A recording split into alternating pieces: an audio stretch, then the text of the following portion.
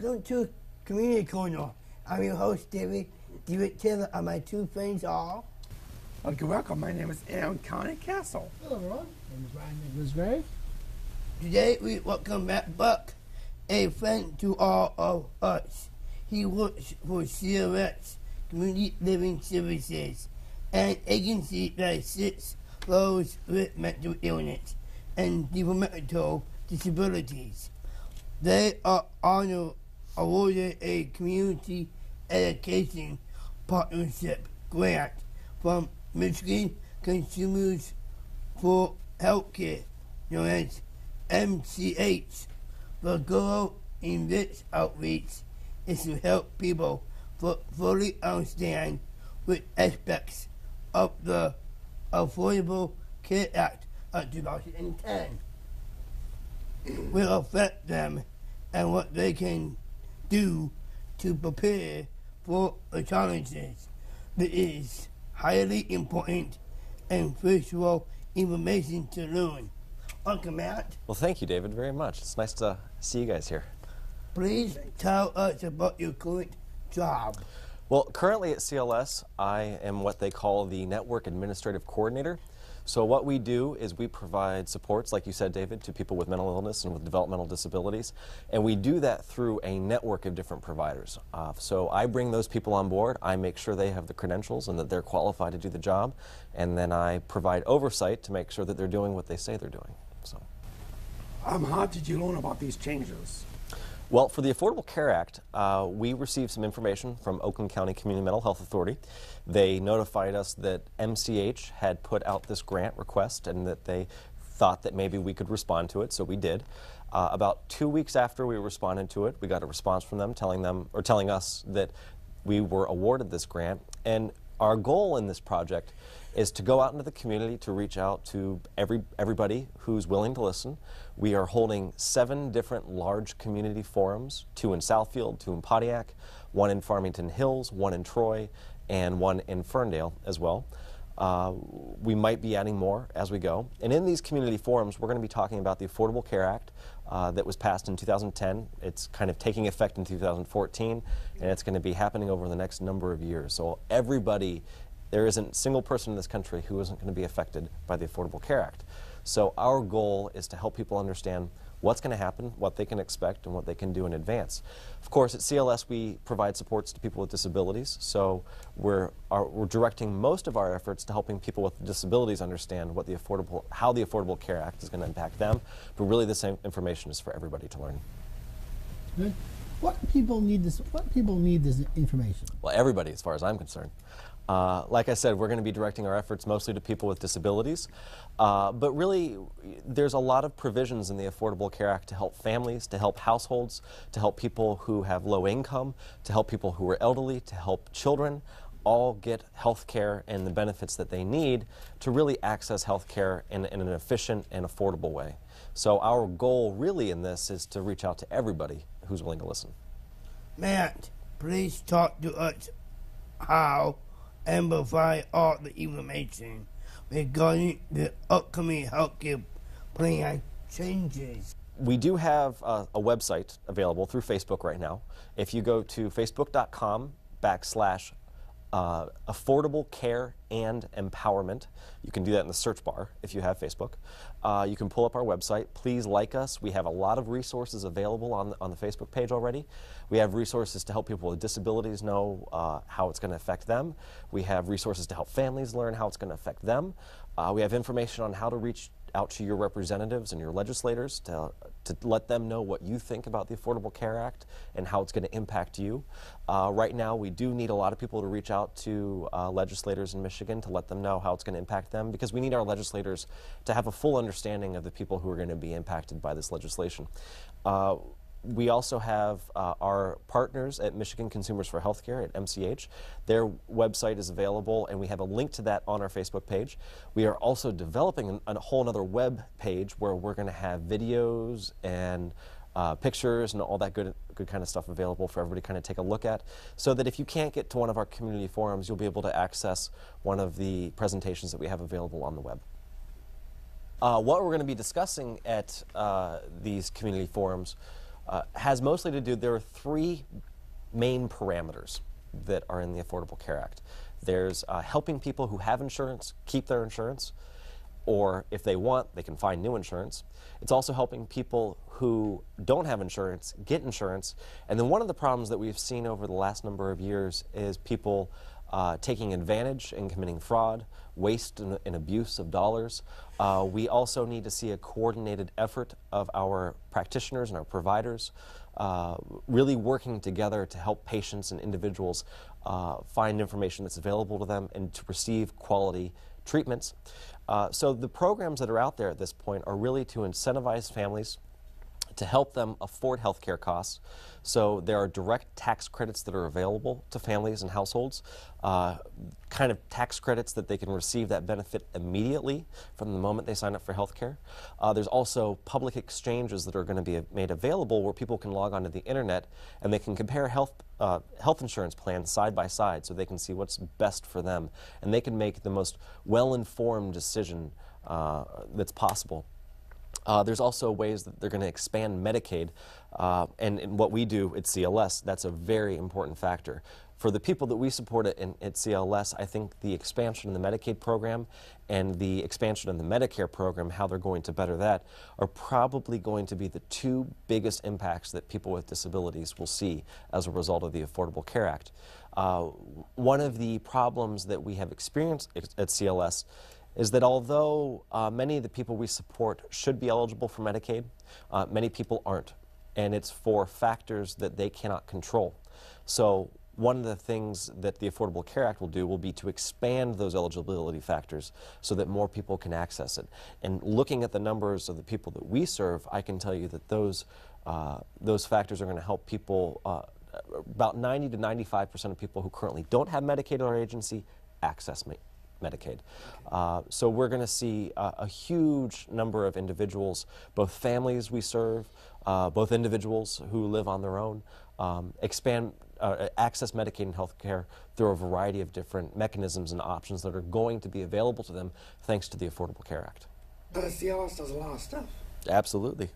Absolutely, we do. My question is this, because every time you hear about the Affordable Care Act, since I'm on Medicaid, since I get Medicaid dollars from the SSI, Yep.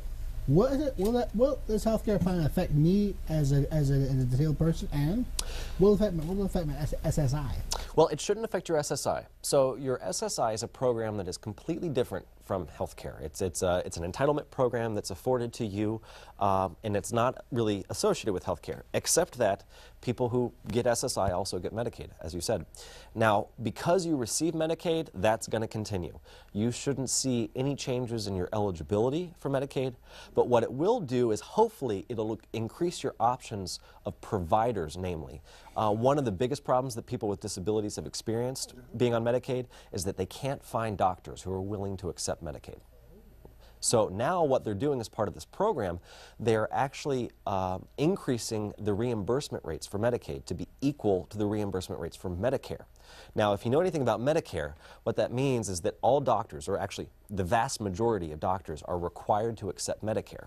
So if we can increase the reimbursement rates for Medicaid to the same level as Medicare, hopefully that will incentivize more doctors to accept Medicaid, which is going to increase options for people with disabilities who receive Medicaid to have better access to higher quality medicine. So one thing you might experience is more access, hopefully. What it will also do is help people who currently don't have Medicaid to receive the benefits that you're currently getting. What are these awesome changes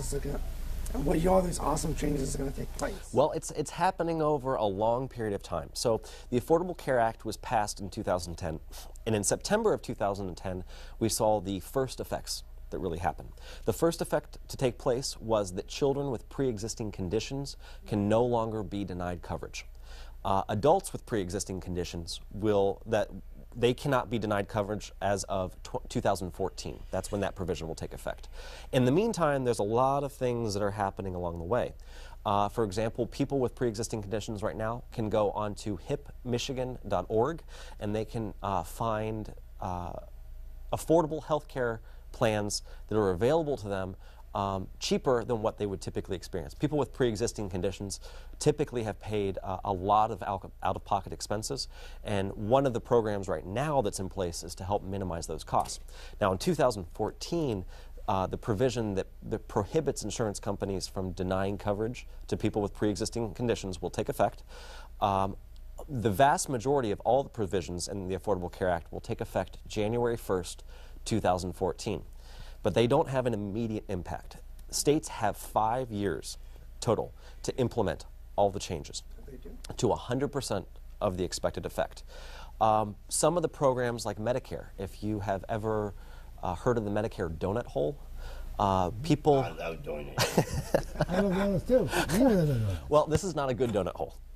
One of the provisions currently in Medicare, and if you know anybody who has Medicare, ask them about this, they probably know about it. If you have Medicare Part D, which is the prescription drug coverage, Medicare Part D assists with payments for prescription drugs up to about $2,600, $2,700. After that, the Medicare beneficiary is responsible for all of the out-of-pocket costs for the entire prescription, all the costs, up until about $4,000. And then only at about $4,000 does Medicare kick back in and help pay for some of the remaining costs. And so what that does is that it places a huge burden on the individual who has significant prescription drug needs to pay for those costs out of pocket.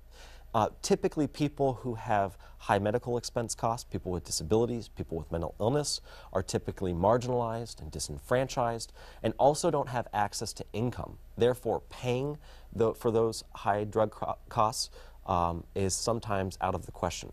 So one of the things the Affordable Care Act will do is it'll close that donut hole over time. Now, that begins to happen actually in 2011, so we're already kind of in that process of that's getting it's closing more and more and more. But that won't take full effect until 2021.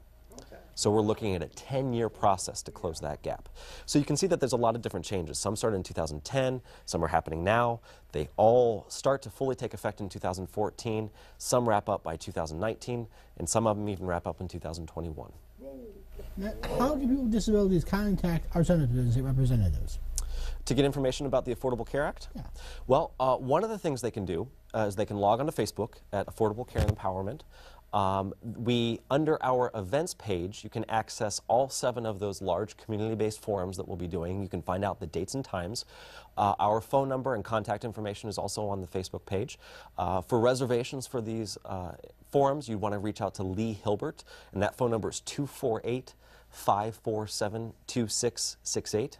You can also email me if you wish. My email address is mbuck, that's B-U-C-K, at C-O-M-L-I-V as in Victor, S-E-R-V as in Victor.com, so that's comliveserve.com. I can provide you with more information. On Facebook, of course, you can also post comments. We welcome anybody to submit comments, to post questions. We want to facilitate this ongoing conversation because people have a lot of questions about the Affordable Care Act and what it means to them. So one of the things they can do is they can post questions on Facebook. I can respond directly on Facebook. I can provide resources. I can give answers. I can help people understand what it is that they need to know. So really, any of those ways, reach out to us. We'll get back to you. Thank you. Thank you. Sound good? What is your favorite drink? My favorite drink? Oh, that's a hard one. I think actually iced tea is probably. Iced tea, really? Yes. Matt, what is your favorite movie of all time? Oh, now that one I know the answer to. Now, I doubt anybody has ever seen this movie. I took a course in college on Russian and Soviet film. Russian and Soviet? Yes, Russia. And there was a film that was produced back in 1959. It was by a Soviet director, and it's called Ballad of a Soldier. And it's really, really hard to find, but if you have Netflix, you can find it on Netflix. Ballad of a Soldier? Ballad of a Soldier. It is my single favorite movie of all time. Yeah, I want Netflix so bad. You know, I used to have it. I don't have it anymore, but it was. I loved it while I did have it. So. Have you ever ordered TiVo? Yes, but I actually don't have cable, so I don't even have that DVR device to record TV. No, I don't. That's not good. I'm gonna have a TiVo for me at home, and I could get Netflix on my TiVo. Yeah. And actually, one thing that I've seen now is I have an iPhone, and so I can down the Netflix app to my iPhone, and then I can plug that into my TV, and I can get Netflix on my TV that way. That's kind of cool. Cool. Whoa. Hello. Anything more? No. Any more? We can leave it at that. That's fine. Closing. What's your favorite computer? I actually don't have a computer, You don't? except for work. Except for work. Well, Matt, it has been powerful to hear of this important information, medical information, and the details telling us, our audience, what might affect them. They can also find out about this schedule of informational health forums. Thank you so much for having all of this helpful information. I'm Ryan Nicholas Gray. I'm my own Connie Castle. Thanks for being on Cast on Community Corner. I'm David Taylor. Thank you for watching Community Corner. See you all in June. Bye bye. My bombs. There we go.